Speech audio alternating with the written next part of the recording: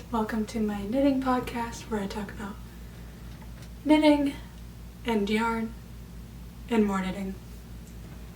I have a lot of stuff to show you today. Recently I started test knitting for Jaime Creates and I've completed 2, well, mostly, and I'm on my 3rd now. So I can show you the mostly finished twist and shout vest, which is super cute. I made it with Malabrigo Rasta in Rosalinda, so you can kind of see the construction of it a little bit. I still have some ends to weave in, and I'm going to redo one of the armholes because I cast off a little bit too tightly. So, but it's pretty much done, almost. And then I have the V stripy vest. Super cute. I made it with Lion brand Wool Ease Thick and Quick yarn, which is a wool and acrylic blend. The Rasta was, I think, my favorite to work with, and it was probably the most expensive yarn I've ever used, so it was kind of a treat. There's a gingham top that I found on Ravelry, like a tank top, and I wasn't paying attention to gauge when I should have, but I made it according to the small size, and I guess the thick and quick yarn or something about the pattern made it way too wide. So when I put it on, it just looks like I'm wearing a paper bag. Not ideal. So I'm just gonna redo it. I might either adjust the cast on number, make it like an extra small, or knit it with smaller needles. But either way, I have enough yarn to remake it without having to add more to it because I made a bigger size. And lastly, I finished this little snowman for my dad's girlfriend because I like making little softies for people. And that brings me to my whips. I'm making a rat for my little brother. And I'll link all the patterns down below. But it just needs 3 more legs and then it's a rat.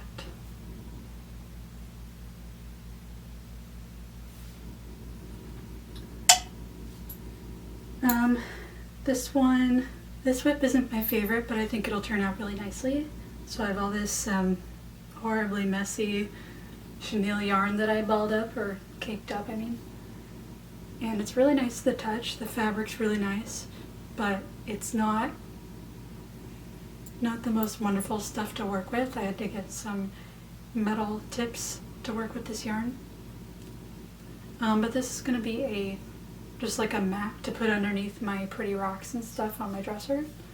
And yeah, once it's finished it'll look nice. So this is like a product knit instead of a process knit. I also have these socks that I'm making in worsted weight yarn. I think I'm using Patton's Classic Wool Worsted. And so this is the first sock. The sun pattern I'm using is from Solstice Socks, which is I think it's a free pattern on Ravelry, which I'll also link down below. And the rest I'm just using a basic worsted sock pattern, nothing fancy about it. And yeah, I'm just on my 2nd one now. I just completed the color work. And this was actually my first pair of color work socks. I've said this, I think, in both of my other videos. I've been really inspired by Stone Knit's colorwork socks. And yeah, again, I aspire to do the flamingo ones. I will, one of these days. But figured I wanted to use up this yarn. I have a whole nother skein sitting around, so I might just keep making some worsted socks or something like that with it. Maybe even a hat, I don't know. I want to use it up. I'm really wanting to use up my stash right now. Although I do have a fiber festival coming up. The Black Sheep, it's in Albany, Oregon, and I'm probably going to go to that. I might give myself a budget, because it would suck to just go to a fiber festival and not come home with anything. So I want to support local dyers, local yarn dyers. And my last whip, which is the one I'm honing in on right now, is my third test knit for Jaime Creates. It's for the Ivy jumper. This is the back panel. Ooh. And this is made in traveling vine stitch, which has been a ton of fun to do. It's really actually quite simple to do, as long as it helps to be able to read your knitting, so I can kind of see, where the vines are going. The vines really follow the increases and decreases, or just the decreases. The vines follow like the knit two togethers, SSKs, SSPs, purl two togethers, and then the yarn overs also go in this squiggly pattern, so it's very easy to see what's going on. And I think that's one thing I like about it. And then I've also really enjoyed working with chunky knits in general, or chunky yarn in general, because I haven't typically gone for that weight of yarn. This is bulky weight, dropped snow. It says it's super bulky, but it really works up like just bulky. So yeah, I kind of sped through that, but I really wanted to talk about ADHD and knitting, or just generally knitting and executive dysfunction, because I have struggled with putting down knitting and not coming back to it for months or years at a time, because I just straight up lose interest. And I mean, that's one of my fears, where I didn't know I had ADHD, but growing up as a kid and a teenager, I would have spurts of just obsessive knitting or crocheting, and then long, dormant periods where all my yarn and my projects and everything just kind of sit hibernating in a closet. And luckily, with social media, and just generally like feeling more socially involved with knitting, I've been more consistent about it, and I've been really making an effort to work around my ADHD and kind of trying to figure out why I lose interest in things. And often it's because like I lose a sense of novelty, and so it helps to be evaluating why I'm making certain projects, and if I'm working on a project and it starts to become not so fun anymore, I let go of any guilt that I have about finishing it or about not finishing it, because when you hold on to guilt about not finishing a project, it makes it really, really hard to work on it at all. So, when I make gifts for people, I usually don't do bigger projects. Like, I think the biggest thing I'll make for someone is a hat, because they're easy and fun to make while I'm watching a movie or something. And yeah, so I guess I'll just kind of list some things that have helped me. So kind of going off of that first point I made, I guess like the first official point I'll make is that it's nice to have a variety of whips. I have a pair of socks, a sweater, a mat, a stuffy, so that if I feel like I need something different, I can just switch projects. So I still feel like I'm being productive, and I don't feel like I am regressing in any way. Although with that, it's totally fine to feel like you don't want to knit right now. So instead of, finding a different project to do, it's totally okay to just take a break from knitting. Sometimes taking a break from it helps to kind of refresh your brain a little bit. So doing work in different colors helps a lot. These colorwork socks were really fun, and I actually really look forward to doing more, because every row is a little bit different, and it wasn't different, like having to count stitches very closely, because working charts is really fun because it's very visual. You don't have to be counting in your head and losing count and all that. So color work is really fun, kind of simple color work. And if you feel like simple color work is too easy breezy and you want something more challenging, then Fair Isle just goes up like that. I don't even know how many colors. You could probably work with a different color every stitch if you felt so inclined. That brings me to my second point. My second tip is that counting stitches can be really difficult if you have ADHD or some sort of executive dysfunction issue. And so something I found that helped me quite considerably is counting my stitches in 2s or 3s, not going 2, 4, 6, 8, 10, but just counting the groups of 3, like 1, 2, 3, 4. Get to the end. This has, let's just say this has 60 stitches right now. I'd be aiming for 20 groups of 3. So instead of counting to 60, I'm counting to 20.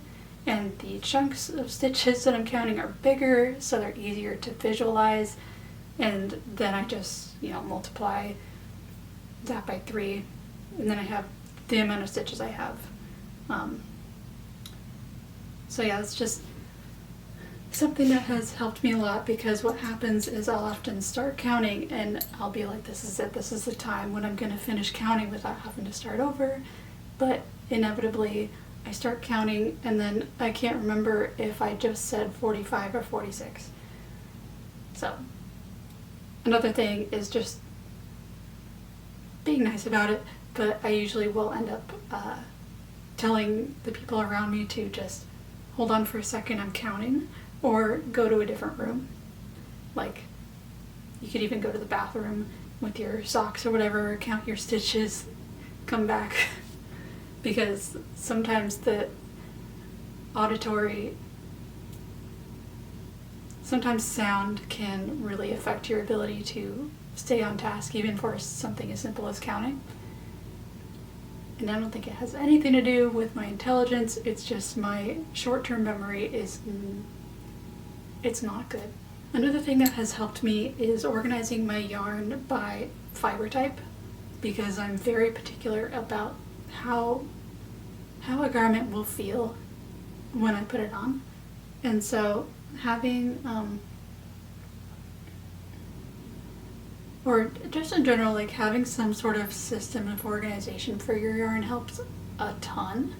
And having some, maybe like your favorite type of fiber readily available so you don't have to dig through everything, helps a lot. And then going off of that, if you're willing to put in the work to start up your Ravelry stash, even just if it's just putting in 1 yarn per day, 1 skein a day, it helps to be able to look on your Ravelry stash instead of having to go and get up from where you are and go into a room or a closet or whatever and look in your stash if it's not all like out in the open.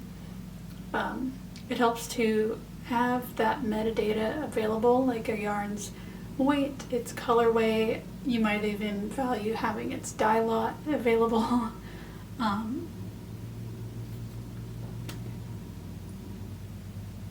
I think the yarn weight is the most important thing to me, as well as how much of it I have. I like to weigh my yarn so that I can calculate how much I have based on how much normally comes in a skein. And so I can, without having to get up, without having to change my environment or anything, I can just look at, I see a cool pattern and I can pull up my Ravelry stash and see, do I have enough to make it? Or can I, combine different yarns or whatever to have enough to make it? And then lastly, because I want to keep this short, scrappy projects are really good for using up old yarn that might be bothering the crap out of you. It's been in there too long, your stash. And scrappy projects are also really good for keeping interest in knitting, because sometimes, at least for me, I feel like sometimes I get this perfectionism, like I need every project I do, I want to make it perfect, and I want to make it feel like all that work I put in was worth it. And I mean, of course it's worth it because knitting is great, but it's also important to me to come out with a project that I'm happy with. And so that can sometimes lead to me feeling a little bit stressed out if a project doesn't come out right, like this tank top, which is really big on me. I was really bummed out about how it turned out, but I think letting go a little bit helps quite a bit, because if you think about the benefits of knitting, a lot of the benefits are really about the process of knitting and what the process of knitting does for your brain, for your muscles, keeping your hands dexterous and all that. And what I'm getting to is with scrappy projects, you kind of have to let go, because they might, I don't know, I feel like the nature of scrappy projects is that they're gonna look scrappy, and so you can kind of just wing it, do whatever yarn weights, colors you want to experiment with, and it's a really fun way to get kind of if you've lost that spark of knitting a little bit, it can kind of reignite it a little bit and kind of bring back memories of like maybe when you were a kid and you could experiment with drawing anything you wanted, and maybe now you feel like it's hard to think of ideas. So it's a great way to kind of limber up your knitting brain. I don't know why I wiggled my arms. And this isn't really, my last point I'll make, this isn't really a tip so much as just an idea or a suggestion. And that is, if you feel like you don't have the patience for sweaters or shawls or blankets or just those big things that people make, and you haven't tried chunky yarn, definitely do that, because chunky yarn, I'm actually quite amazed at how quickly it works up. Like, I did this in, I did this in about 2 days. I did this one in about 2 days. I did this in a day, and I did this one in a couple days. So, and that's just all within the last few weeks, really. So if you're having trouble with maintaining patience for projects, try chunky yarn, seriously. Because I feel like these projects have really kind of triggered my like hyper-focus state that I get into, where all I focus on is the thing in front of me that I'm doing, and nothing else matters. I forget to eat. It's not the healthiest thing, but lately I've kind of been striking a balance between my other hobbies and knitting, which is ideally where I want to be. But what I'm trying to say is that chunky knitting has been kind of really keeping that spark strong for me. And so it is just interacting with other people, and I've actually started going to it's called Sit and Stitch at my local yarn shop, and kind of seeing the same people every week. And that has been really, really nice, because then I feel motivated to show off my projects that I've been making and show off my progress and ask questions. And yeah, hope you enjoyed listening to me ramble on about knitting, and hopefully my tips helped you if you're struggling with executive dysfunction and knitting, because I know that it really affects the way that I knit. And let me know if you have any tips that I missed. And yeah, thanks for watching.